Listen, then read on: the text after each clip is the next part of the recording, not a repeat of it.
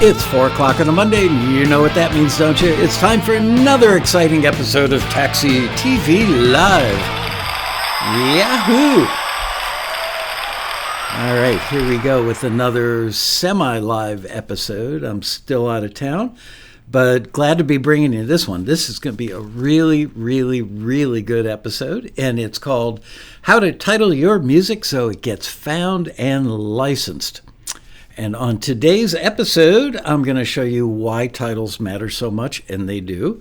I'm going to show you how much music supervisors, I'm going to show you how music supervisors, editors, and even music library owners use titles to find what they need.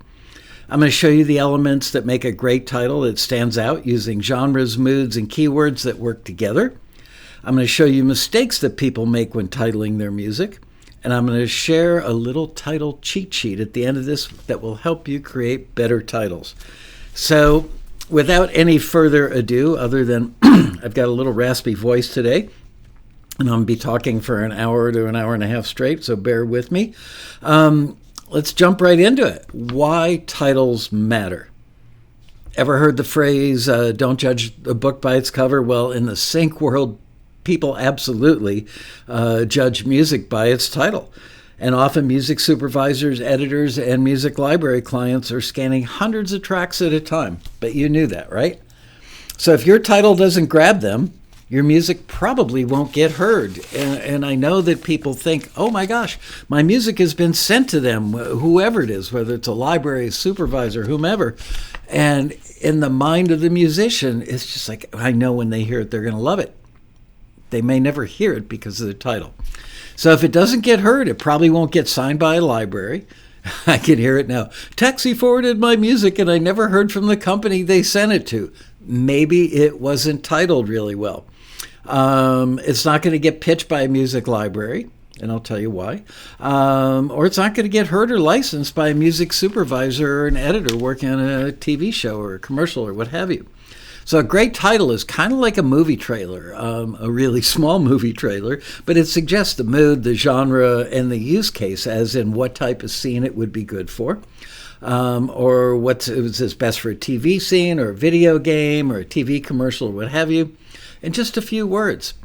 So the wrong title really can make your cue or your song just invisible.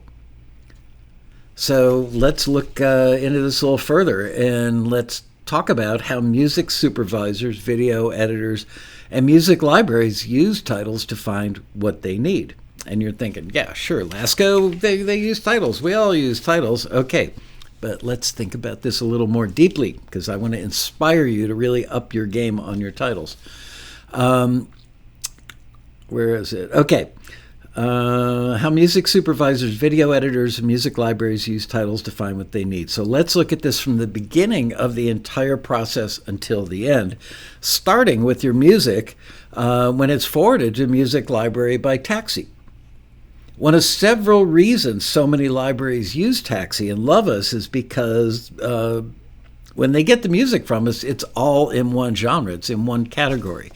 So they don't have to really rely on the titles to know what genre it is, because we've already organized it by genre when we send it to them.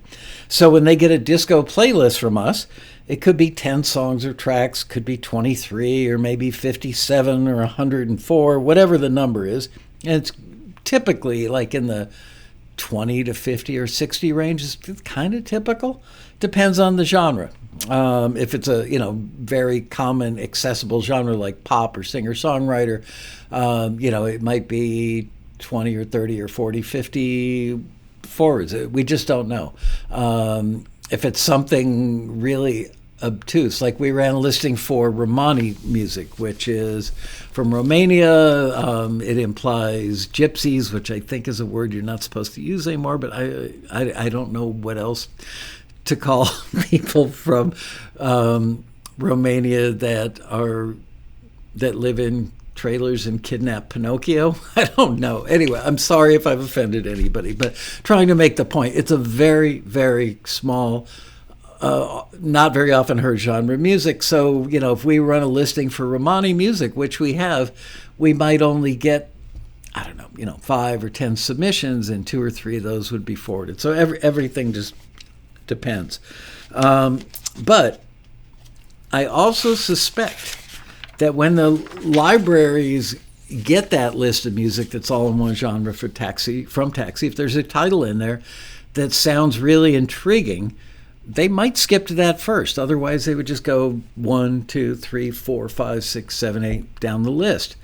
And in the case of music libraries, which is kind of an interesting thing, they're typically looking for several, if not many, songs or tracks, which is different than what a music supervisor would be looking for a particular scene. They need one song or one piece of instrumental music for something.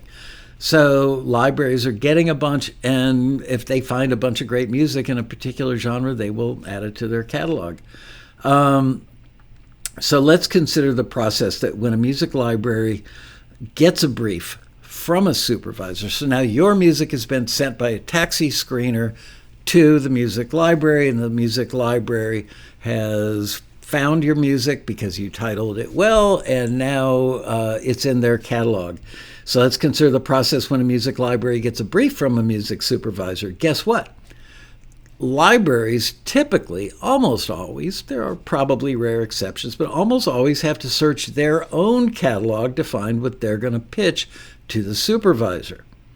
They might have anywhere between 1,000 songs or even 100,000 or 200,000. Some of the mega libraries have songs, instrumentals, what have you. So knowing or remembering everything in the catalog is far beyond what the average human being can do. So they use a search engine for that, and with any luck, let's see if I can get this up on the screen. There it is. That is pretty typical for what a music library search engine would look like. Some of them have like a advanced mode button that you can click that would give you more fields, but it's got a field for keywords, a field for lyrics, mood, obviously, genre, obviously, instrumentation, tempo, vocal or instrumental, and then a little slider down at the bottom for the duration, because if you're looking for something for 30 seconds, you probably wouldn't put that slider all the way up to, 5 minutes on the far right side. So now let's see if I can get back. So, look at that video magic, folks. So the library searches, because let's say library owner is pitching hard rock or metal songs about a lyric theme like winning for a sports TV placement. What might they enter in those fields? So now, for argument's sake, let's assume that the library will want to send several options, probably 5, 6, 7, 8, 9, 10, something like that. Maybe more. It depends kind of on their relationship with the supervisor, and the supervisor may give the library sort of a heads up to say, you know what, send me a lot, or send me only, things that you think are really right on target. So I'm going to guess at the range of 5 to 10, typically. Nothing etched in stone here today. So let's also assume the supervisor has asked 5 of his favorite libraries or her favorite libraries to each pitch for that placement. So let's say the supervisor gets 5 playlists with an average of 8 tracks on each. Is that supervisor going to listen to all 40 of those tracks starting at the top of each list? I don't think so. Probably not. My educated guess is that he or she is going to scan the list looking for titles that telegraph what the music sounds like and start by listening to those first. If he or she, meaning the supervisor, finds what they're listing, finds what they need by listening to the tracks with the most descriptive titles first, all the other tracks with less than good titles never had a chance. So there's a good example, by the way, of how you could be forwarded by taxi to a library. Maybe your title wasn't so hot. Maybe the library owner thought that they only needed to add like 4 or 5, 6 things to that particular genre in their catalog. And they listened to the ones that had the best titles first, found what they needed, and didn't even bother listening to the rest. You can't force anybody to do something that they don't need to do. So let me repeat that. If he or she finds what they need by listening to the tracks with the most descriptive titles, all the tracks with less than good titles never had a chance. That's how important getting your titles right really is. So now let's consider a TV show. And for the sake of argument, let's say it's a reality show, because they often use like 80 to 100 tracks of music per episode. So do they send out briefs for each of those 80 to 100 pieces of music that they need? Heck no. They do not send out briefs. They may on occasion, when they have a particular need that's something that wouldn't typically be found in a catalog. I can't think of a good thing. I was going to say Romani music again, but apparently that is something that is found in catalogs. Instead, the show's production company, so let's say that it's the Kardashians. I don't even know what network they're on or what the production company is. I'm guessing they probably own the production company. Anyway, the production company, or maybe even the network, actually gives the show's executive producer, oftentimes, not 100% of the time, but it's very, very common, they give the executive producer a list of approved music libraries that they have to use on their show.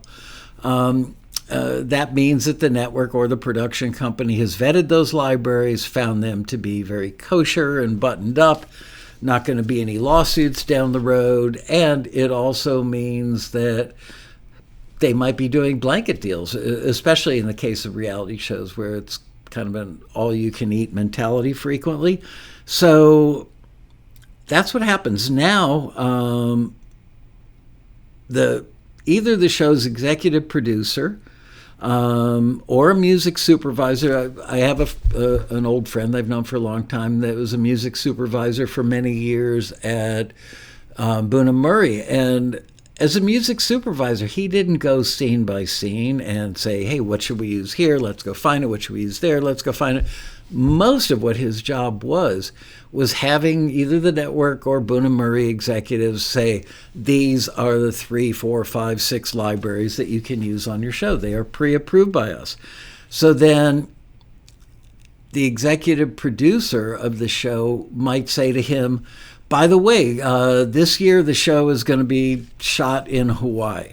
So we're going to need some Hawaiian music. And generally speaking, the timbre of the show, the sonic palette of the show, if you will, is going to be a little bit different this year. So now, in this case, the music supervisor sits down and has to listen to hundreds, probably several thousand tracks that are contained within these approved libraries, and then pick the stuff that the supervisor feels is going to match that mandate from the executive producer of the show, which is, this year we want the musical palette to be like this. We don't want to be too repetitive of what we did last year because it gets old and boring. So we want to spice it up a little bit. So the supervisor then goes through and picks out the stuff that he or she believes is appropriate for what the executive producer wants, is appropriate for the show, appropriate for the audience, and music that the editors will be able to use effectively to help tell the story and convey the emotions and bolster the action, what have you.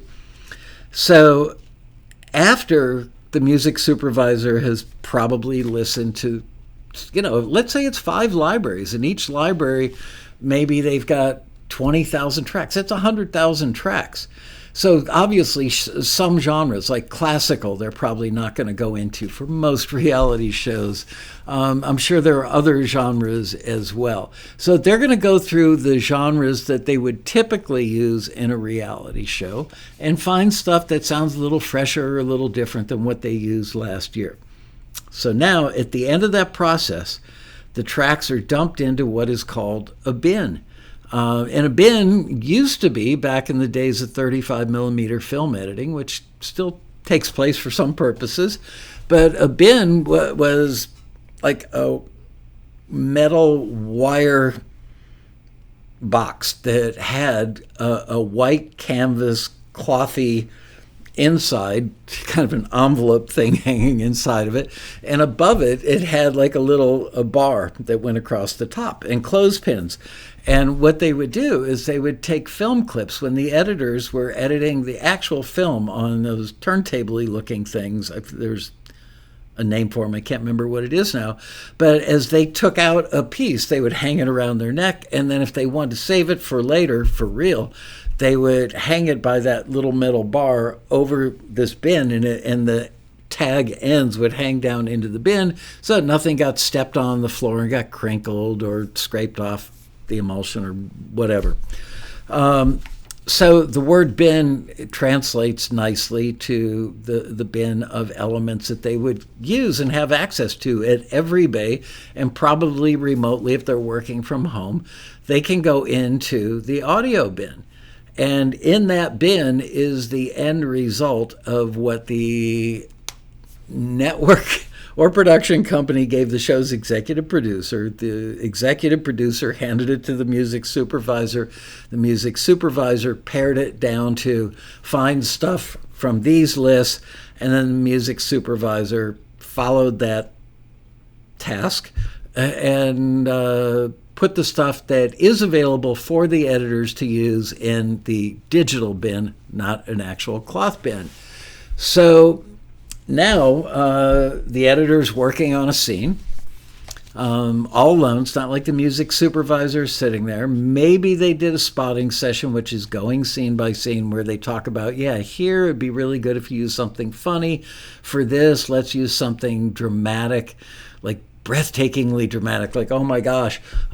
Here we can use something that's a little introspective. Maybe they did that.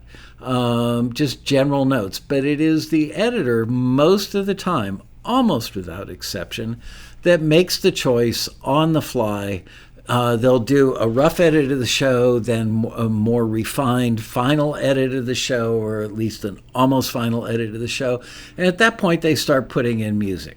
So the editor makes choices based on his experience, prior experience, and choosing this kind of music works best in funny scenes. This kind of music works great for introspective scenes. So let's use my favorite example, which anybody who's watched Taxi TV a bunch of times knows. I love to use the Kardashians, even though I've never really watched the show except for a couple of times for work stuff. But an editor working on a scene, or a beat, which is actually a beat is something that happens within a scene. So let's say the scene is that the Kardashians come back home from a day of flying to Paris to go shopping or something. I don't know. And they walk back in the house. That is a scene. And now Kim Kardashian is standing in the kitchen, having just had her nails done by her nail person while she's in the back seat of her Rolls Royce coming home from her private jet to the house. Man. Anyway, and now Kim walks into the kitchen and she wants to make a little smoothie, and she needs to grab a gallon of milk. And when she reaches for the milk, she realizes she can't get the cap off because, number one, her nails are too long. Number two, maybe her fingers aren't up to the task. I don't know. Definitely number three, which is she's got fresh nail polish on her fingers, so she can't get the cap off of the thing. So they need a piece of music. The editor is right there at the beginning of that scene where, let's say, Kim opens the door to the fridge and she pulls out the gallon of milk, and she looks at it, and the camera zooms in on the cap and then on her face like, uh-oh. So the beat, let's say that beat is 9 seconds long. And it ends with Kim dropping the milk bottle on the floor. And, of course, it's going to explode into 100 pieces, milk everywhere, and little glass shards all over the place. And now Kim's got a problem. So the editors who've worked on the show before might already have a few dozen or 100 tracks of various genres that they've favorited in the past, because you can do that in all these search engines. You can favorite music. Maybe they've got personalized folders within that search engine, or maybe on the desktop of their computer, where the stuff that they know hits a sonic home run with the executive producer episode after episode, although they can't overuse it. Any editor will tell you that. They all have favorite pieces of music which make their job go faster and easier, but they know they can't go back and revisit those things to the point of wearing out that piece of music's welcome with the audience, even before the audience ever sees it, with the executive producer. Or maybe even the music supervisor, who will watch the finished episode and give notes back on what the editor did musically. Maybe they'll replace a few things before the executive producer hears it and signs off on it. So let's assume that the editor is not going to use too much of that older, more familiar, makes my life easier stuff. So the editor has to search, rather going back to her favorites. If the editor is a musician, which actually happens more often than you would think. I guess musicians and editors and graphics people are kind of all in that creative tribe, and so there could be some overlap there. So an editor that is him or herself a musician would have kind of a musical vocabulary and know what a lot of genres sound like. So they might actually search by keywords like dramedy or tension, or go to those partitions in the catalog. But if the editor doesn't know music or their genres, they might search by mood. Actually, let me pull this back up. There we go. So they could search by mood. Does this have mood on it? Did I pull up the right one? Keywords. Yeah, it's got mood. Okay. Which in this case, the Kim Kardashian in the kitchen case, could be funny, could be frustrating, could be angry, whatever it is. I don't know how Kim Kardashian would react to that, but what would make her angry what makes Kim Kardashian angry and frustrated would probably be comedic to the audience. So the editor might decide to play it off as comedy, and choose a comedy track. Or the editor might want to play on the fact that she's really upset, she's really frustrated and angry, and put in a keyword like that, because now it's a mood, or an emotion. So what will they get? They're going to get a list. Let's say the list is going to be, 30 pieces of music long, maybe, for a search like that. Could be 300, could be 3, but probably around 25, 30, 50, somewhere in that range. It's going to be a long list on your screen. There you go. There's a very technical way to describe that. So now, do you honestly think that editor, when they've got 10 more hours of work left to edit just that one episode, and they've got to meet a deadline of handing it in for notes by tomorrow morning, and it's now 8 o'clock at night, blah, blah, blah, woe is me, I don't want to be here all night, so what am I going to do? Am I going to go to the very first thing on those 30 or 40 things in front of me and listen to that and sit there and listen all the way through? Nope. What I'm going to do as the editor is I'm going to run up and down that list and scan it and look for titles that telegraph what the music might sound like, and then I'm going to click on those tracks first. So would any of the following titles attract the attention of an editor who might have searched keywords like kitchen disaster or spilled milk or frustration in the kitchen? Let's find out. Did I think, oh no, that's the cheat sheet. Nope. Okay, so I actually made some of these titles myself. Some of them I used either ChatGPT or Grok or something, some form of AI, to come up with some of these. But under comedic pop, how about a title of Utter, UDDER, Chaos, or Dairy Disaster, or Spilled and Splatted, light orchestral track, Milky Misfire, that one was actually ChatGPT, I believe, Bottle Breakdown, reality TV tension/comedy hybrid, Kitchen Crisis, And then I came up with Kitchen Calamity. Hip-hop comedy beat, slippery when spilled, bottle drop, dropped and popped, sneaky pizzicato strings, Operation Open Bottle, tiny cap, big problem, moo moo mishap. I think that one was me. I'm a little embarrassed by that. Frustrated mood. So that last bit was comedic, let's say. And now we're looking for music that conveys a feeling of frustration. So for dramatic frustration, how about something like White Fury? Would that get your attention? Maybe. I don't love that one, honestly. Dark comedy, reality, TV vibe, cracked under pressure, liquid rage. And liquid rage can be taken a lot of ways. It could be somebody that throws a bottle of booze at somebody. Who knows?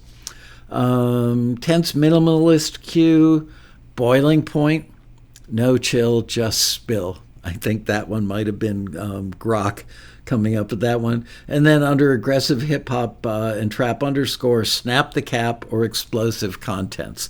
So those are all pretty good titles that at least kind of give you some sort of hint or forewarning as to what the music is going to sound like.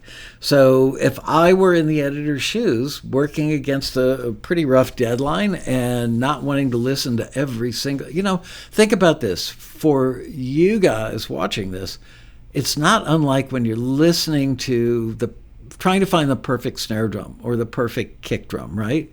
But if you saw one that was like classic rock kick and you were doing a classic rock song, you would listen to that one first, right? Of course you would. So how did those titles up there become so good? Well, it's elements that make great titles. A strong music title should telegraph or hint at the genre, the mood, and the type of scene that it fits. It should also spark some imagery in your brain or emotion in the reader's mind. It should help editors visualize where it belongs. Think about that. A montage, a chase scene, a heartbreak scene, a slice of life in an office scene, a slice of life in a kitchen, a romantic falling in love scene. There are a lot of scenes that are frequently and commonly found in many forms of visual media, TV, film. So I don't think that it's probably 80% scenes that you could find almost anywhere and 20% that are like, wow, that's an incredibly unique scene. So let's contrast some bad titles. And some of these actually, I keep a Post-it note in front between my laptop and myself at all times because I have like little flashes of ideas. And I just scribble it on a Post-it note and then write it into my calendar later or do whatever I have to do. So there are times when I'm looking at music that's going to go into A&R Hot Seat episode of Taxi TV, or I'm listening back to a Taxi compilation in a particular genre that's going to go out to virtually all of our clients. There are many occasions where I listen to music here and I see disco lists with titles and I just sit there and go, my God. Sorry, very loud airplane flying over. I need to get this studio soundproofed. Anyway, so I'm going to do bad title. And some of these, this first one, I believe I wrote down, we see stuff like this literally every day here. Track space 03 space final dot wave. That was an actual title. What does that tell you? Other than it's final and it's a wave file, it tells you nothing about the music contained therein. So an editor would not find that. A music supervisor would not find that. A music library that is building a playlist to send off for consideration would not find it. Hopefully the library owner would be on their game enough that they would reach out to the person who created it and say, we really, really need to retitle this thing. Anyway, so a better version would be something like Midnight Pursuit, right? You can shut your eyes and see a Midnight Pursuit. I mean, it's dark out, maybe a moonless night, and you've got somebody driving, trying to find somebody else or chase somebody else or get somewhere in a hurry for an emergency. Midnight Pursuit. Good title. All right, here's another title. Cool Beat. Really? It feels kind of flaccid, doesn't it? Cool Beat. Just like, meh. But if you saw the title Urban Swagger, you can exactly hear what that's going to be. And in your mind's eye, you can imagine where that would be well used. Hang on, I'm going to move my keyboard out of my way before I rest my elbow on it. There we go. Cool Beat, better version, Urban Swagger. Here's another title, Emotions. Maybe it brought up emotions in the person who created that piece of music. Maybe that title means something to him or her, but it doesn't to somebody else. What kind of emotions?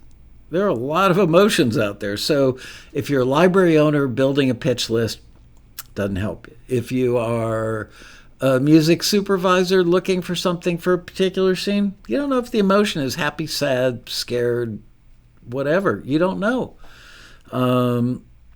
But if you saw a title, Bittersweet Farewell, you know exactly what that's going to sound like, give or take. And you know that was a misnomer, right? Or a contradiction in terms. You know exactly what it's going to sound like, give or take. Anyway, you get the idea. Bittersweet Farewell. You pretty much know what that's going to sound like. You know, somebody's leaving town, looking back over their shoulder as they're driving out of town, the city limits.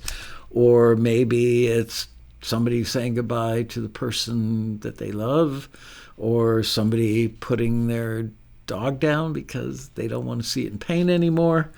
But it's easy to imagine stuff because of the great title. Fun Jam. Fun Jam. That's something that is just so delightful to spread on your English muffin in the morning. No, Fun Jam. It doesn't really tell you anything other than it's fun, which is getting somewhere. But what about upbeat summer groove?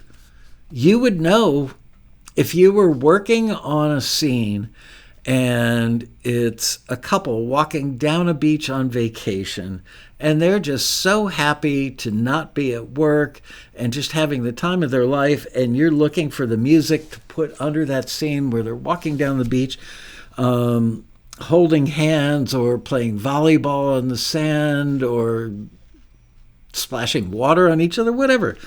Upbeat summer groove. You know that's a contender for that slot. Sad Song. That's an actual title. I kid you not. And yes, the person that created it said, wow, that's my sad song. But they didn't have the experience or the knowledge yet to know that that title is going to pretty much guarantee that their song is never going to get used. That's why it's a sad song. Never going to get licensed. But if they called it Rain on a Window Pane, what do you see? I know what I see. I'm curious. Oh, yeah, I don't have a live chat while I'm taping this. Anyway, Rain on a Window Pane. To me, that is probably a female, because most of these scenes that I'm about to describe seem like they would more frequently be a female, because women typically are more in touch with their emotions, right? At least that's what Instagram tells me. Okay, so Rain on a Window Pane. That is a 33-year-old lady, woman, young lady, sitting in a bay window. She just broke up with her beloved. She's having second thoughts. And she's sitting there drinking a cup of tea, wrapped in a blanket on the little cushy bench thing, looking out the bay window. And if I'm looking for music for that, and I see a song called Rain on the Window Pane, whether it's raining in the scene or not, because it doesn't have a lyric. I should say these are instrumentals. Rain on the Window Pane puts you in a place. Very strongly hints at the emotion that the actor is feeling. So there you go. Okay, here's another title that just like What were you thinking? Tension mix. I know what tension cues sound like. What music that would fall under the tension category generally sounds like. Could be like a string thing where it's pitching up. It could be synth pads. Could be a lot of stuff. Tension mix doesn't tell you much. Edge of control. Now there's a title that something bad is about to happen. Edge of control. On the edge of losing it, I'm assuming. So yeah, not bad. That's not my favorite one I've done so far, but not bad. Chill vibes. That one's not terrible. I mean, at least it puts you in the ballpark of knowing what it's about. But if I were going down a list of 20, 30, 40, 50 things and chill vibes is on there, it's been done 1,000 times, maybe 10,000 times. There's nothing about that that's really going to hook into the person who's searching. But lazy Sunday stroll. Walking through a beautiful wooded forest, 72 degrees outside, it's Sunday, you're not working. The sun is out, the birds are chirping, and you and your loved one are holding hands, and you are enjoying a lazy Sunday stroll. Are you not? So you know what that piece of music sounds like. You know where it might get used. Here's another classic. Happy Tune. That must have been done by the person who did Sad Song, right? Happy Tune. At least you know it's happy. There's that, but it's not great. It's just like a throwaway almost. And frankly, you know what? A lot of the bad titles that I've seen in my extremely long career, I think are created by people so that they remember what it is. So it's putting it in context for them in their world. But they really need to think about the end users and how they think and how they search. So the alternative improved title for that one could be, instead of Happy Tune, Sunlight and Smiles. Tells you more. Sunny day, happy people. Sunlight and smiles. It doesn't mean literally that those things are going to be in that tune, but it means that it could work for that kind of scene. Where's my phone? I need to make it cooler. It is past 4:30 now when the air conditioner, for some reason, goes into eco mode on its own when I don't want it to. Okay. Sorry about that. And finally, the last one on here. This one, you're going to laugh because it doesn't sound artsy-fartsy. It doesn't sound very poetic. It doesn't sound like somebody stayed up really late working really hard to come up with this title. But it's a good title when you think about it. Instead of the bad title, which is background music, the good title could be Warm Ambient _ Any editor that looks at that and needs music, I don't know, maybe it's somebody who just took a Xanax and crawled into bed because their world has gone to hell in a handbasket and they're drifting off to sleep because they took drugs. Bad. Drugs are bad.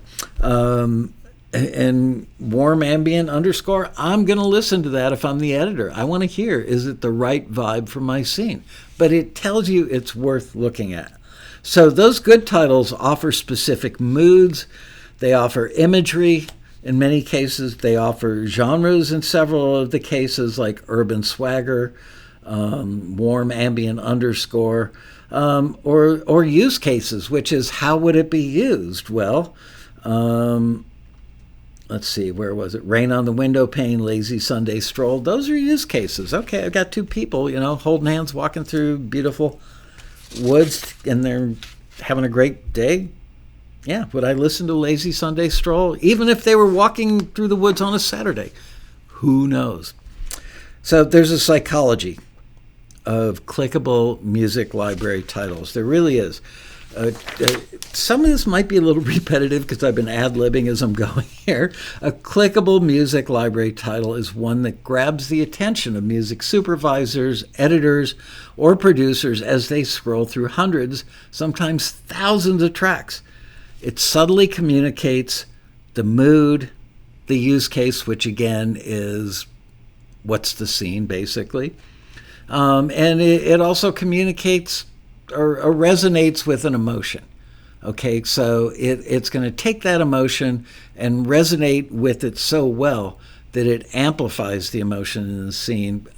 And all that happens in a title is just a few words. The psychology behind why it works draws from several key principles. It triggers mental imagery, and I learned all about that. I've read like 800 marketing books in my life. Just, I don't know why, but they appeal to me. They're extremely repetitious. If you read one, 30% of the one you just read is going to be in the next one you're going to read. But after time, it starts to stick in my brain. I'm not really good at reading a page and remembering it. Ask any of my teachers throughout my entire history in school, and they would tell you that about me. I probably had a learning disability. Maybe I still do. I don't know. But you know what? Things that trigger mental imagery help people understand best. And I know this from reading about my own problems in school when I was young. I literally sucked at school from first day of kindergarten until my final day of my 5th year of college. And funny enough, the only classes I did well in were audio production, audio recording and audio production classes, and business law. Did great that one. Really tough professor. Anyway, number one key principle about the psychology is great titles use visual language to spark the imagination. Visual language. Kind of like great songwriting, country songwriting in particular. So a bad example of a title is track 12 for the person who created it and knows that they did 11 other tracks and here's the last one to go in their compilation or on a CD or whatever. Track 12, great title for them, means crapola to everybody else. A good version of that could be something like Burning Cityscape. You can actually think, what, Burning Cityscape? You know, this is a gang war. The gangs have been going at it, and the city is burning. At least that neighborhood is burning. Or maybe it's one of those doom and gloom, you know, an asteroid's going to hit New York City jobs. And whatever the case is, there's a burning cityscape. So you know that when you see a title like that, that track could probably be used well for that scene. Number two is part of the psychology of finding or making your music more clickable, your titles more clickable, is it has relevance to the search terms. So you got to think about how would they search. So the clickable titles often mirror the terms that music supervisors are using when searching via moods, genres, scene types. Some examples are epic reveal, sad farewell, comedy sneak. You can hear those in your head just by seeing that. And somebody might actually use those keywords, right? So these are just mimicking. Your titles are mimicking, literally, it's like search engine optimization. If you're searching for a taxi, you might go to taxi.com. Anyway, it works because it's sort of a mental match up for the person who's searching. You know, if you're searching for real estate and you want a neighborhood that's got a lot of flowers and there's a house that's on Lilac Lane, it might be a good house to look at because there might be a lot of flowers on Lilac Lane, right? So you're taking familiarity, a familiar word, and making it match to what you've imagined and used in the search, and therefore that title is going to be clicked faster than other titles. The next thing in the psychology of title, you know, search, writing great titles for search, is it's got an association with the scene. It's got scene context, which is what I personally call it, that the titles hint at the scene or the type of action. Here's a great one. Undercover tension. Undercover tension. That could be a cop show, it could be a spy show, it could be a heist, caper, any of those things. Heartfelt goodbye. Drama, romance, could be heartfelt goodbye, drama. Somebody is on their last minute or so in a hospital bed. Or maybe, as I mentioned before, sorry, Liz, because I know this will break your heart. Maybe somebody had to put an animal to sleep because it just was beyond saving at this point. Heartfelt goodbye. So if you're searching and you see that title and you searched for it, you might actually search for heartfelt goodbye, right? Because let's say you are not an editor who is also musical, so you're going to describe what is happening in the scene for your search term, heartfelt goodbye. So that could be your title. How about liftoff? Let's say somebody's doing a thing about, I don't know, a documentary about SpaceX rockets, whatever. Liftoff, great title. It tells you it's going to probably be something like a rocket, something techie, something space themed. I don't know. I thought that one was maybe the weakest of the bunch, but still valid. It works because a music supervisor is working on a scene, a farewell or a chase. These titles reflect what they're searching for and get their attention first. I mean, it's not like I'm handing you rocket science, no pun intended. This is all common sense stuff, but I'm amazed. If you were to come here and sit with our screeners and look at the titles that come through, you would just shake your head in amazement. So it's very upsetting being the owner of Taxi and have people say, yeah, I belonged to Taxi for a year, it didn't really work out for me, and say that in a very public way because I think they like to blame, the messenger rather than the message, which is the music. Maybe it's bad pitching on their part, maybe it's just not the greatest music, I don't know, but I believe in my heart of hearts, and having run this company for 33 years and having been in the industry, the music industry or the post-production industry using music or running Taxi, my career is now officially 50 years old. Wow, I'm old. So I see as many bad titles, maybe more than good titles, probably more bad than good. So maybe those people that don't get, well, I was going to say forwarded, no, that don't get signed by the library, it's because the people with the better titles got selected off the playlist by the library owner and they go, you know what, I only needed about 5 of those, boom, I'm done. Or maybe they signed it and they sent it off to a music supervisor, an editor, or production company for a show, never got used because somebody else's titles were better. Their stuff got heard first. So there you go. Is it compatible? Part of the psychology of creating a good title. Is the title compatible with your metadata? As I mentioned before, supervisors and editors often skim the titles. We all skim everything, and it seems like we skim faster and more frequently than ever before these days because we have very short attention spans. If your title aligns with the common search terms, which could be the mood, the scene type, the genre, instrument, could be acoustic guitar, could be I need what do they call it? Like not drum and bugle, drum and fife, like Civil War march music. You're likely to get noticed. So here are 2 really good examples of that. Driving suspense. Now, it may not be the sexiest or the most creative title, right? Some people will be going, driving suspense, ooh, that sucks. You're not trying to win an award for being poetic. You're trying to write titles to get your music used. But driving suspense tells you this piece of music would probably be good for a driving scene that is suspenseful, right? Driving suspense, duh. So it's a combination of what the use in the scene is and the mood together wrapped up in a 2-word title that's going to get that sucker clicked on. I guarantee you. Here's another great one. Indie Road Trip Anthem. Wow.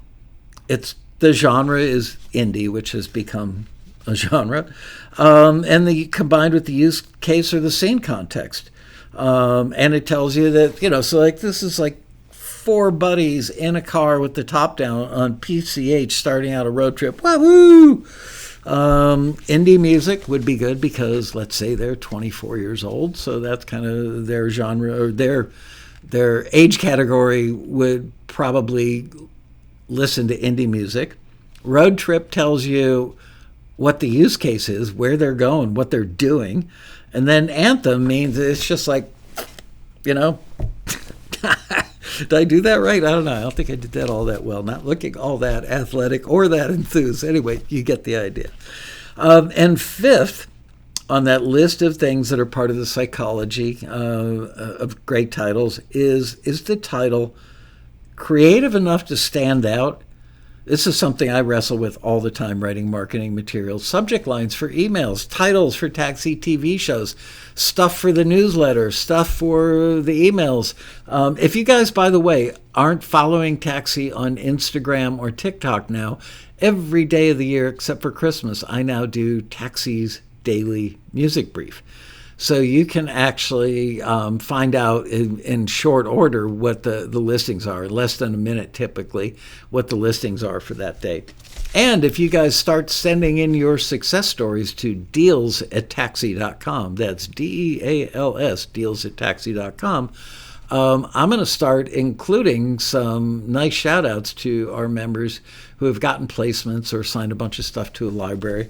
In the beginning of those things, so you will get seen by people on Instagram and TikTok, or at least heard about you and what you're doing. Anyway, going back to my list, I digressed there a little bit. Number 5 is for the psychology creating titles. It balances creativity, or kind of almost poetry, but creativity with clarity. That is one of the tenets of writing great copy.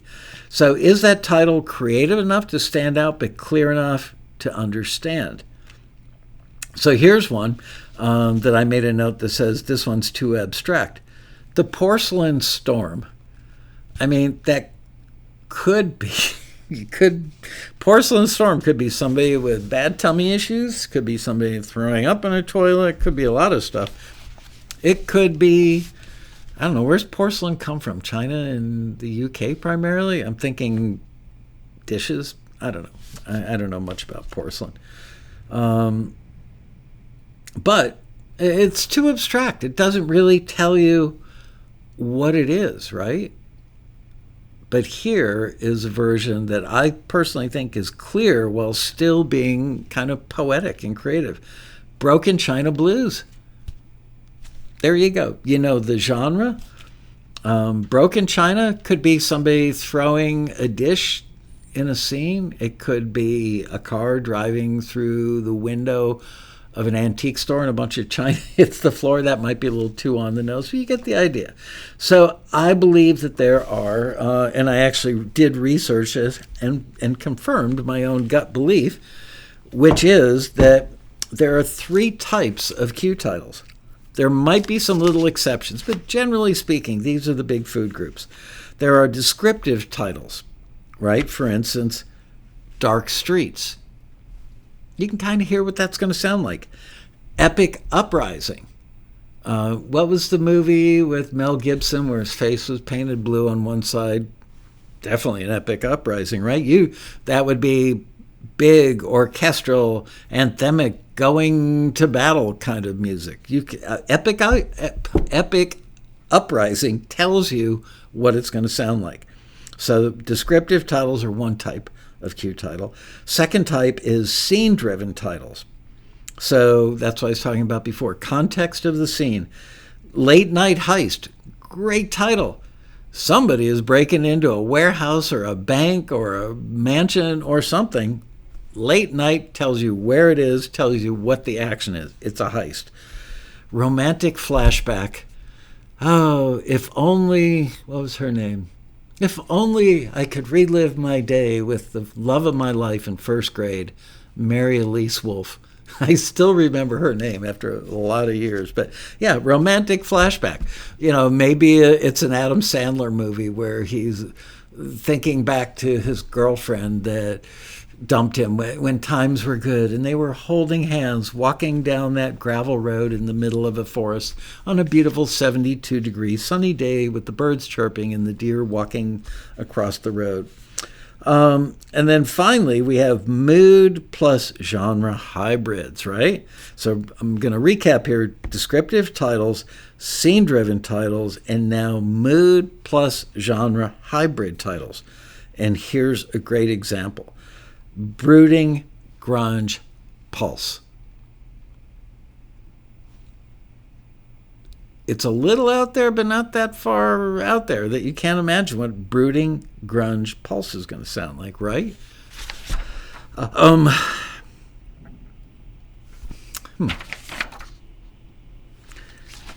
don't know why this is on this list. I think this was a remnant from something else I wrote. Oh, a title formula. Oh, so the grand title formula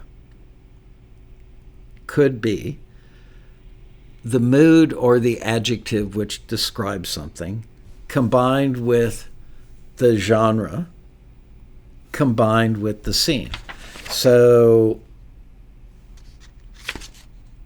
is this one? Yeah, brooding, grunge, pulse. So let's say that somebody is going to a club that's kind of on the psychedelic side of things with black lights and lots of fluorescent stuff, and everybody's doing, I don't know, what do they do at clubs? Poppers and shrooms and Molly.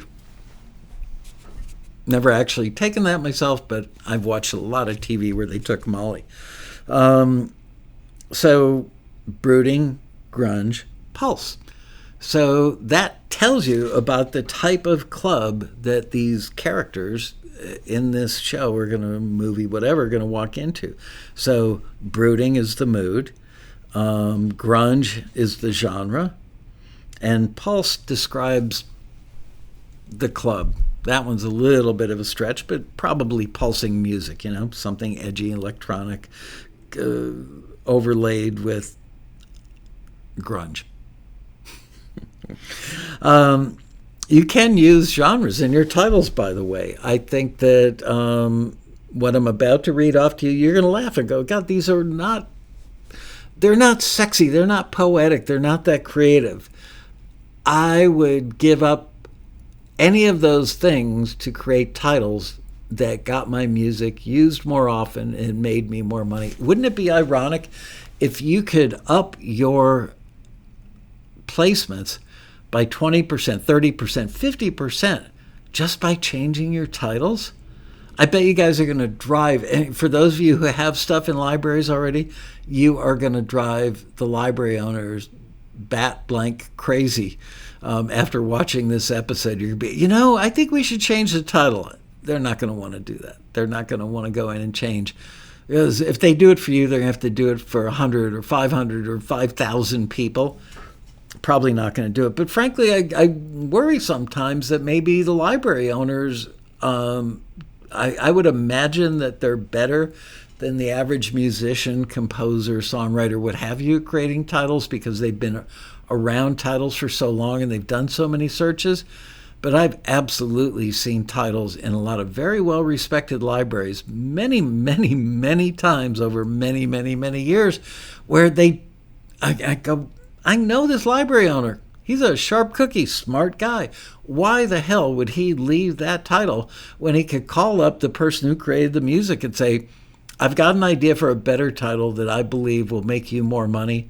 I have yet to meet the person who would say no to that. Make me more money. Sure, go ahead. You want to change the title? We're not talking art here. We're not talking your grand opus. We're not talking your hit record or the song that your entire career is going to be based on and you'll be remembered for. We're talking about a title, in this case, for an instrumental cue that's going to end up with Kim Kardashian trying to take the cap off of the damn milk bottle again. I love that example. I don't know why. Anyway, genres in your titles. Number 1, rock music. So what if you had a piece of music called Hard Rock Showdown? Pretty much tells you what it's going to sound like, right? For metal, how about Speed Metal Getaway? What was the movie Baby Driver, right? Baby Driver, the kid that was the getaway driver for the gang of criminals.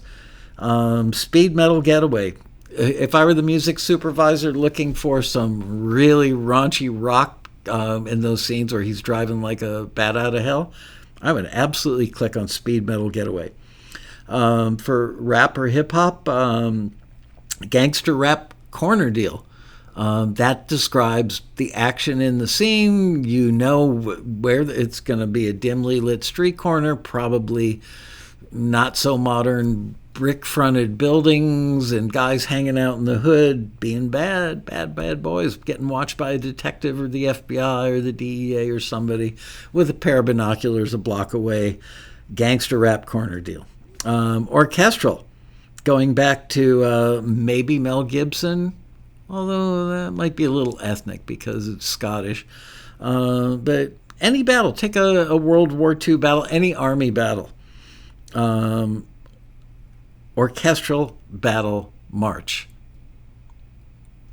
You know what that's going to sound like in your head, right? You can hear it. Jazz. Tell me you don't know what this describes. Late night jazz club. So you've got the title in there. You've probably got the scene mentioned in there. You've got a time mentioned in there, a place mentioned in there. If I were an editor and the two people in that scene walked in a door, down a flight of stairs to a basement level jazz club, and I were looking for music that they would hear walking down that stairwell to that basement, and I saw Late Night Jazz Club, I would click on that thing faster than you could say the word click. Blues. Whiskey glass blues. A sad day drinker at a bar looking at the bottom of his empty glass. Who knows? Million things for that. Whiskey glass blues. Pop. I'm trying to... Oh, yeah, I can think of a scene for this one. Pop. Indie pop wardrobe change.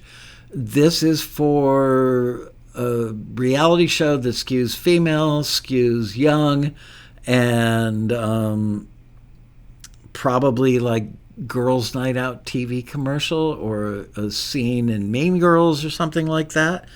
Here's one you can know exactly what this is going to sound like. And again, it's got the genre and it's got the mood and describes the scene in 3 words. Melancholy folk farewell. Melancholy folk farewell. You can see that in your mind's eye and hear it in your brain all day long. For country music, Country Backroads Sunrise. I use this a lot on Taxi TV where I talk about the Duck Dynasty boys jumping in their ATV right before the sun comes up. And they've loaded up their duck calls and their shotguns and they load everything in the ATV. And they are driving down the gravel road, the morning chill. Birds are starting to come awake, the sun's starting to come up, and there's absolutely on a country road, so you know the place. It's a country back road, so you know it's not like a 4-lane freeway. And sunrise. Could use it for sunset too, maybe. Here's another one for world music, and then I refined it and said, all right, what kind of world music? I was going to go with Caribbean, but that can be kind of all over the place. African world music, right? So what about if you titled your thing African World Rhythm? You know it's rhythmic, you know it's drum-based, probably indigenous sounding drums. If I'm an editor and I need music for a Nat Geo thing where we've just come out of the forest to a little clearing and there is this very primitive tribe of people that very rarely see people from the outside world, and I need music for that, and I see African world rhythm, I'm going to listen to it. R&B, this is a great one. Funky R&B entrance. Somebody walks into a room, a funky R&B entrance. Oh God, who's the comedian? Eddie Murphy. There's a great one. Eddie Murphy, at least Eddie Murphy in his prime. He's kind of still has moments of being in his prime. But Eddie Murphy walking into a situation where he's got to walk into a building. I can't think of the movie, but you get it. Eddie Murphy, man, he can own the room when he walks into it. And funky R&B entrance. Speaking of funky, for the genre. So what would you title something? Feel Good Funk Groove. Is that going to win a Grammy or an Emmy or an Oscar or anything for the coolest title? Oh my gosh, you're so creative. No, but Feel Good tells you what the music is going to sound like. It's going to be emotionally uplifting. Funk, obviously the genre, and then groove. This stuff makes so much sense, but yet if you sat here or anywhere in the industry and looked at the titles that come through, I'm telling you, if you want to just up the amount of placements you get and up the amount of income you make, I would work as hard on your titles as I do on your music. Just saying. Okay, so notice I've already pointed out a few that talk about the mood, but those were some great examples. So here's a little recap. Things to consider. What scene could this be used in? How can I help the editors visualize that this music would be good for that scene? Where it belongs. Is it good for a montage where somebody's dying in a hospital bed, let's say, and the family's gathered around, and you need music for that? What kind of music? Well, give them a title that helps them visualize this would be good for a deathbed montage. Is it a chase scene? What was that one we had? Speed Metal Getaway. Perfect for a chase scene. Heartbreak. Easy one. What mood does it evoke? So recapping, include the mood in your title to make it easy. What genre influences are present? I mean, the ones that I just rattled off. I mean, melancholy folk farewell. Duh. That you can hear it in your head, and you can probably come up with 5 types of scenes that would be well used in. Use clear, searchable, scene-relevant words. My wife's name is Deborah. If I had an instrumental track named Deb's Delight, you would have no idea what that sounds like. Pretty cool. Just came up with that on the fly, huh? Impressed? Don't be. But it's not scene relevant. I just thought of one. My wife would kill me if I did it, so I'm not going to. Yes, you're welcome, honey.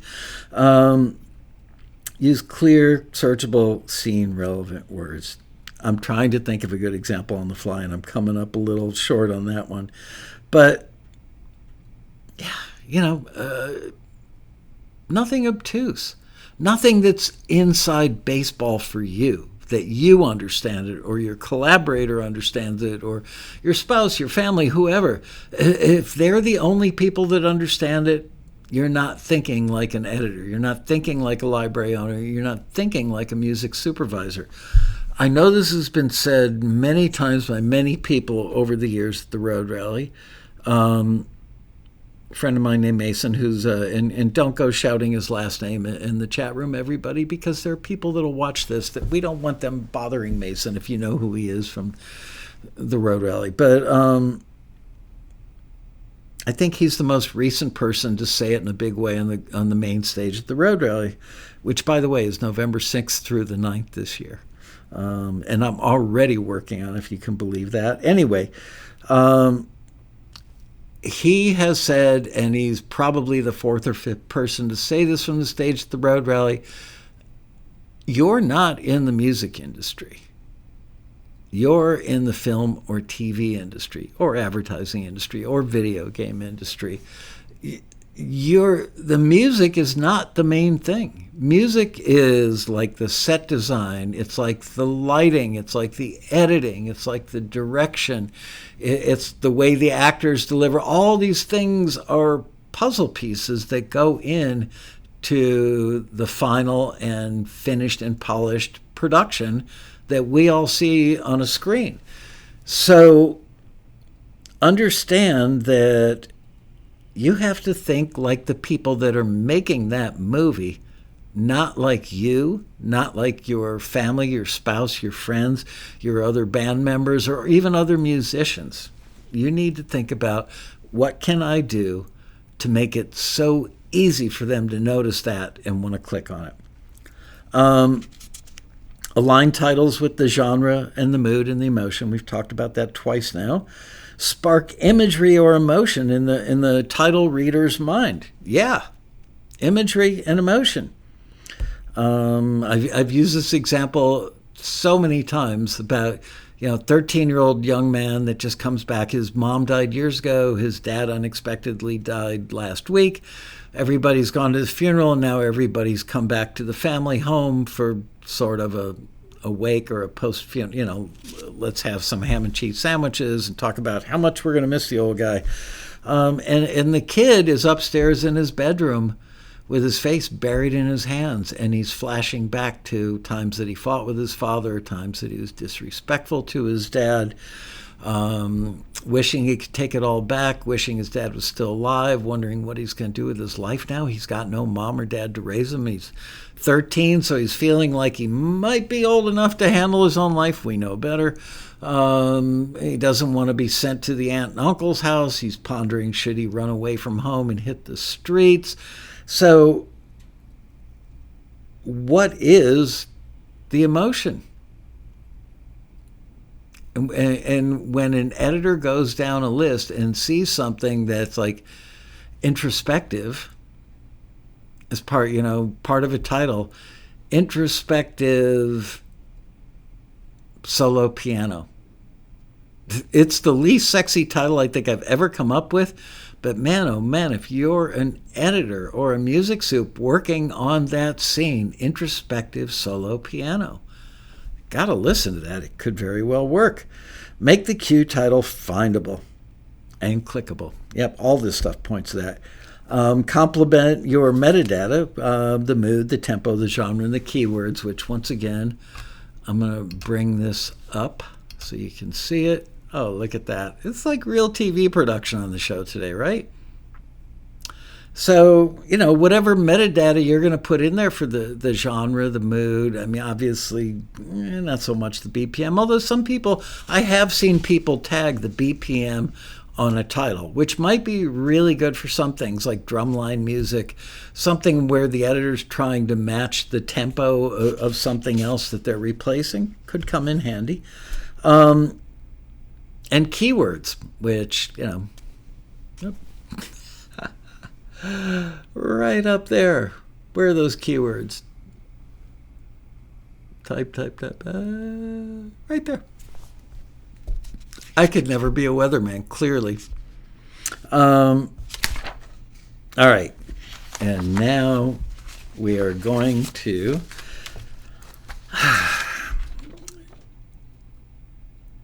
I've still got a ways to go. How are we doing on time? We're actually good. Okay. Now I'm going to give you guys a title crafting cheat sheet. And I'm going to see if I can do this and let you see the cheat sheet. Look at that. Do I need a crew? No. Do I have a writer for this show? No. Do I have a producer for the show? Well, Liz, but she's not working on this show today because I'm sitting here all by my lonesome. She's watching you guys behave yourselves in the chat room, I'm sure. Anyway, here is the title crafting cheat sheet. Try building your title using one of these proven templates.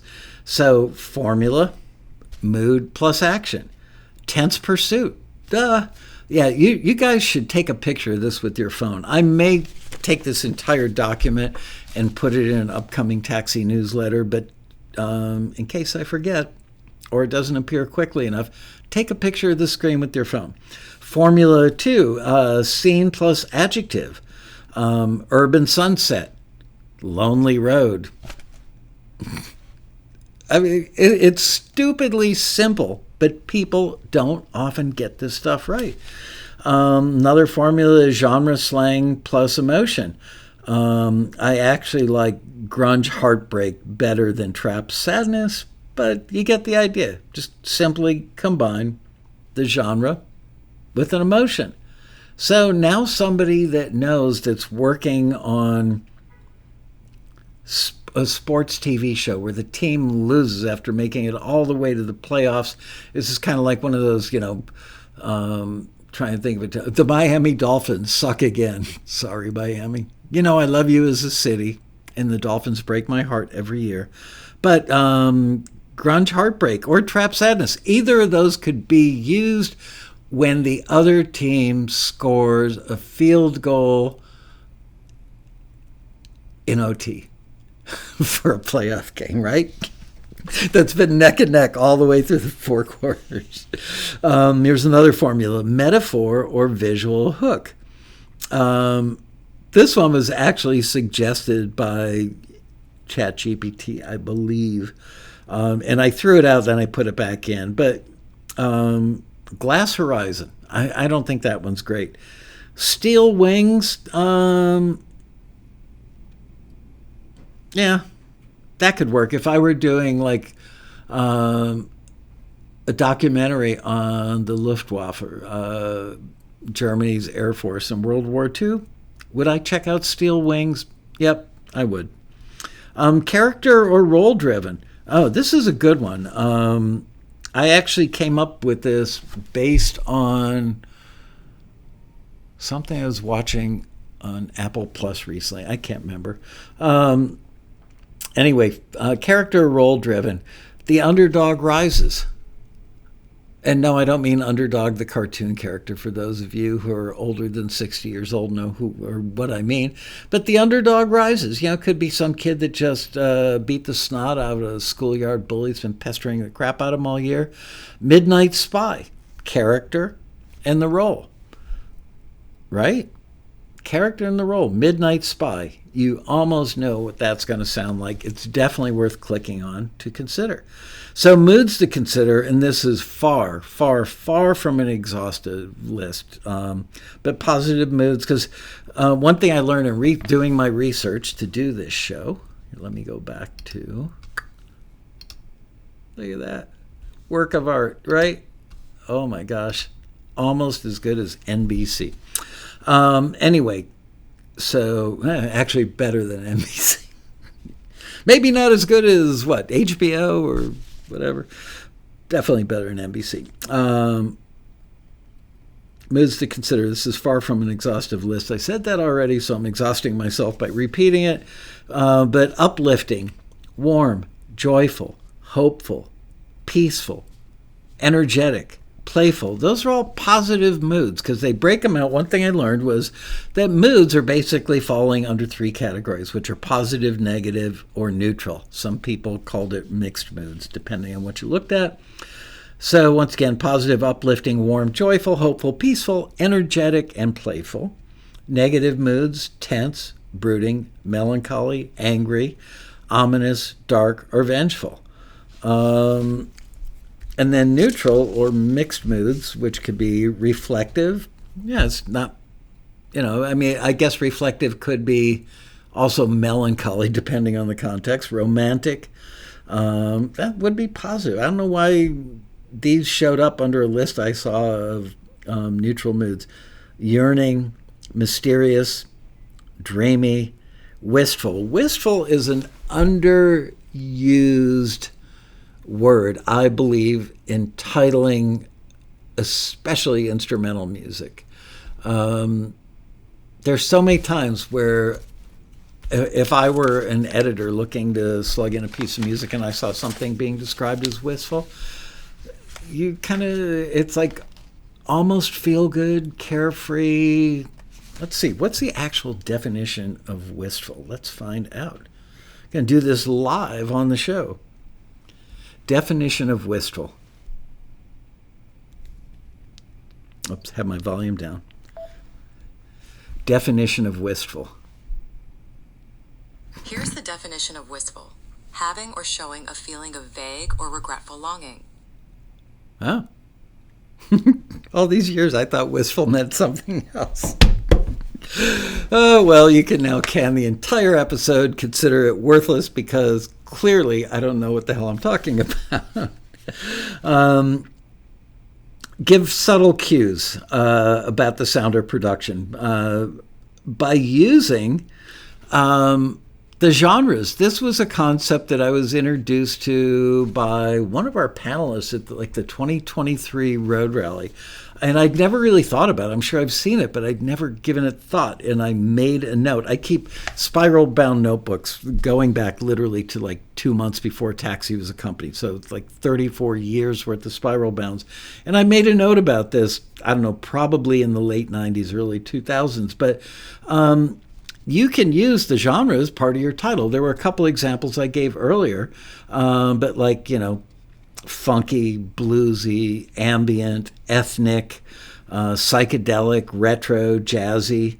And you can also use adjectives that are like adjectives. Driving, pulsing, sparse, percussive, acoustic, futuristic. All those things tell you, they portend what it's probably going to sound like. So here's a pro tip for you. Avoid using overly generic terms like epic or beautiful. Beautiful day, tells you a little something. Beautiful walk in the park, that suggests a scene that it could be used in. How about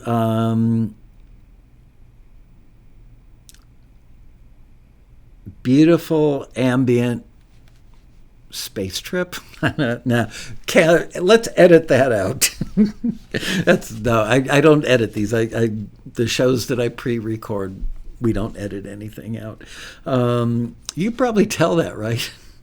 Anyway, avoid using overly generic terms.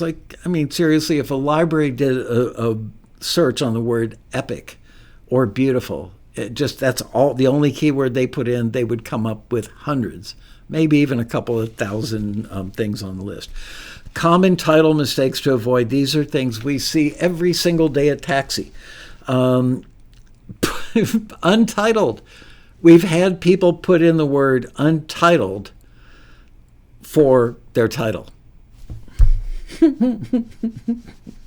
There needs to be a Michael crying emoji. Track number 3. I bet the screeners get that every day. My Song, and then followed by the classic My Song 2.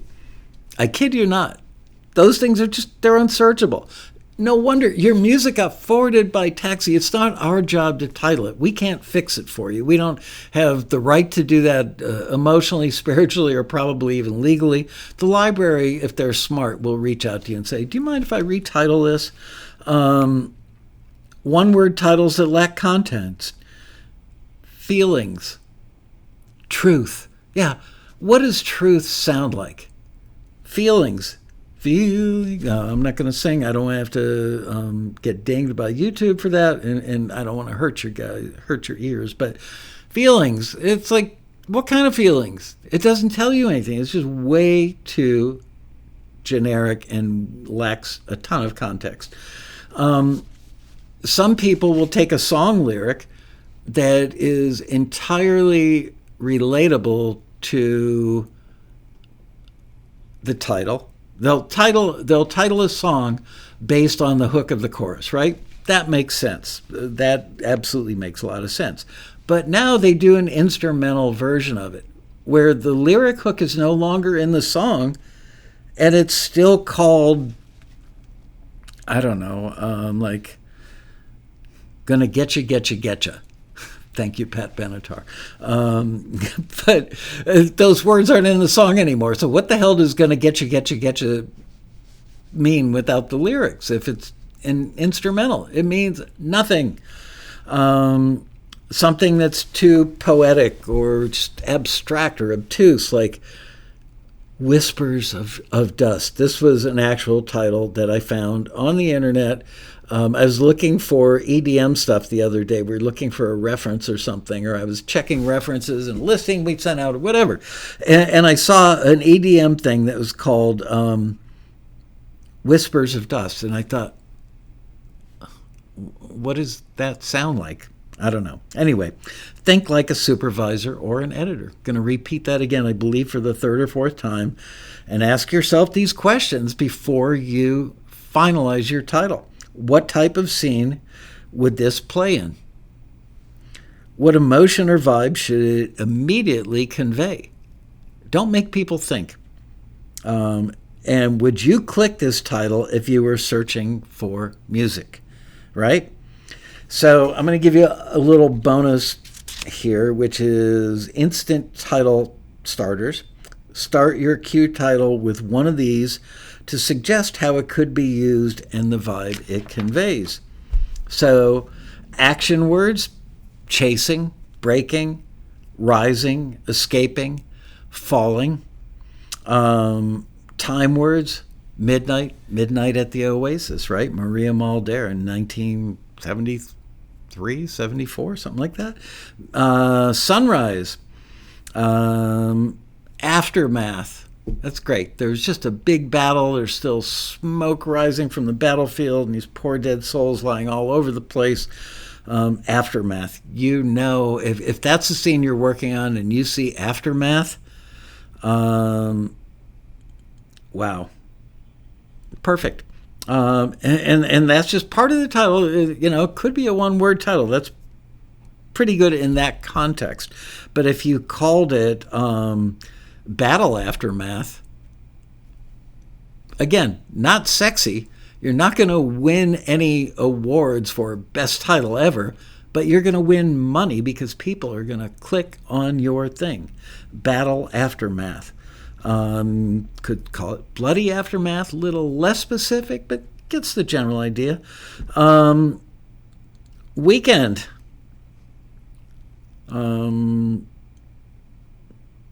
Yeah, that's a party song. Weekend. We're off on the weekends. It's time to relax, have fun. So let's say I'm looking for anything else on this page that I can join that with. Open road weekend. So that was a scene descriptor, which is my next bullet point. Open road. So combine these two. Open road weekend. Again, that is 4 people in a car, probably like a 57 Chevy or some other kind of classic car, with the top down, with their baseball hat on backwards, probably with a brewski in their hand if they're being illegal. Not that I'm condoning that by any stretch of the imagination. I have never, ever in my life, not once, had a drink while in a car. I barely drink anyway, so probably didn't have a drink and go in a car later, but I like that one a lot. Open road weekend tells you exactly what you're going to hear. It's going to be spirited. It's going to be fun. It's going to be lively. It's going to be a party on wheels. It's probably going to be anthemic and just reek of freedom. All that from Open Road Weekend by combining a scene descriptor and a timestamp. Other scene descriptors: back alley. Ooh. You know the minute you hear back alley. Let's combine that with a genre, back alley blues. That's down and out stuff right there, man. That's somebody whose wife just left him, kids don't want to talk to him, bank just repoed his car, wife's boyfriend moved in with her, and he lost his job all on the same day. So, where was I? Back alley blues, man. That guy, he's got himself a bottle in a bag. He's drunk himself into a stupor, and now he is flashing through all this stuff in his head, and he's puking his brains out in the alley. Back alley blues. I'm going to click on that title. People are going to copy this. I know this episode, my delivery may not be perfect, but nobody spends this much time obsessing about titles, and all the other sync channels out there are going to now have title stuff on it. So give me a little credit when you copy, all right, gang? Because You know what? Nobody in the industry, I'm going to pat myself in the back in public, and my wife's going to go, Michael, why do you do that? I hope she doesn't watch this episode. Anyway, nobody ever called a forward before taxi. Nobody ever called a return. You know what? Broadcast quality. Show me anywhere in the world of music for film and TV that the phrase broadcast quality was used before 1996. Didn't exist. Started here at Taxi. Just saying. Anyway, that's all. I'm going off the reservation there a little bit. And finally, mood hooks. Bittersweet goodbye. Right? The mood is bittersweet. Goodbye is the action. It's what's taking place in the context of the scene. Bittersweet goodbye. We're going back to sadly putting down your beloved pet. Or can we call them pets anymore? We can't call ourselves owners, right? I don't know. I'm confused by that stuff. Bittersweet goodbye. Calm before the storm. If the you know what is about to hit the fan, and nobody realizes it yet, Calm Before the Storm would be a title I would pick on or click on. Sudden Impact. There was a movie called Sudden Impact, right? But again, I don't know that is a mood hook per se, but Sudden Impact tells you that it's going to be like something from a Rambo movie or a space movie, something bad. Boom, is going to happen. Sudden impact. Anyway, I hope you guys enjoyed this because I spent a stupid amount of time researching all this and really boning up on it so I could express it well to you. I will tell you that probably a year and a half, 2 years ago, I did an episode where I used ChatGPT to generate titles. But you have to get the prompts right. You can't just say, give me a good title for an electro pop dance song. You have to say something like, I need a title for an electro-pop dance song that would be good in this kind of scene and portray a party mood.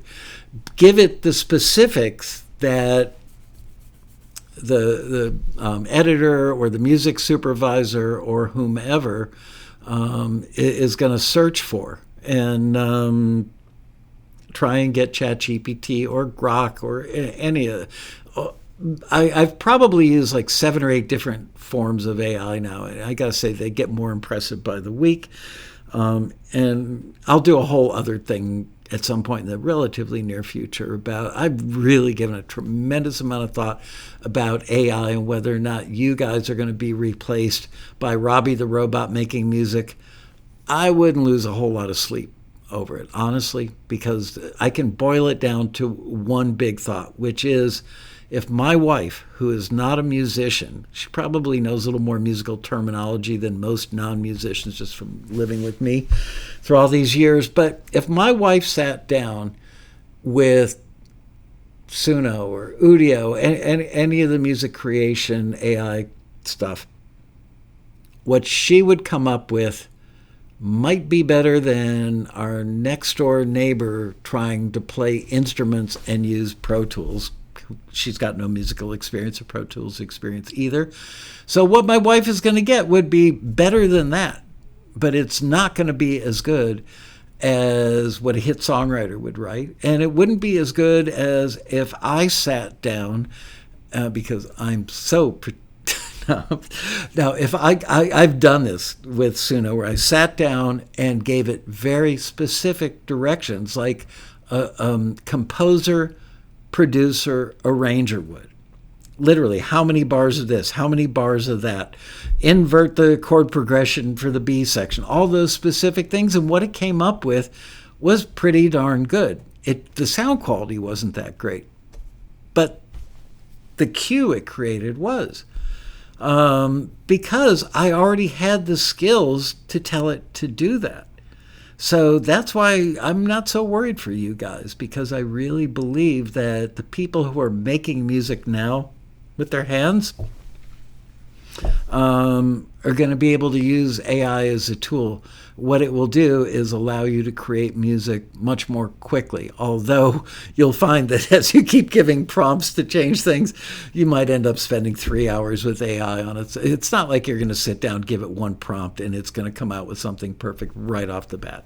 Let's be real. Anyway, that was a digression as well. But I hope you found this to be helpful today.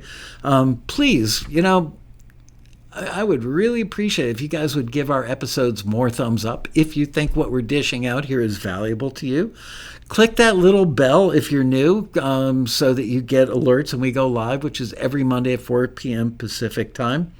And finally, I want to mention a longtime member who many of you probably know, those of you who are taxi members, know a guy named Casey Hurowitz. He came up with something, I'm not getting paid to say this, by the way, he came up with something called Sync Music Tag that is a tool that does too much for me to describe here. And quite honestly, he sent me a link to it in the almost finished stages of it. I have not used it a lot. I don't really have a reason to use it.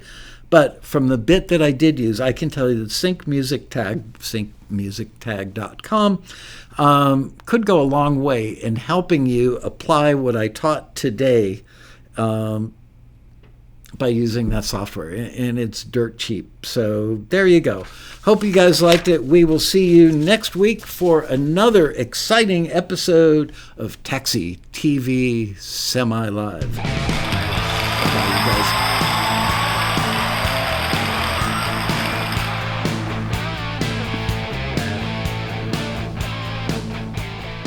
Keith LeBrant.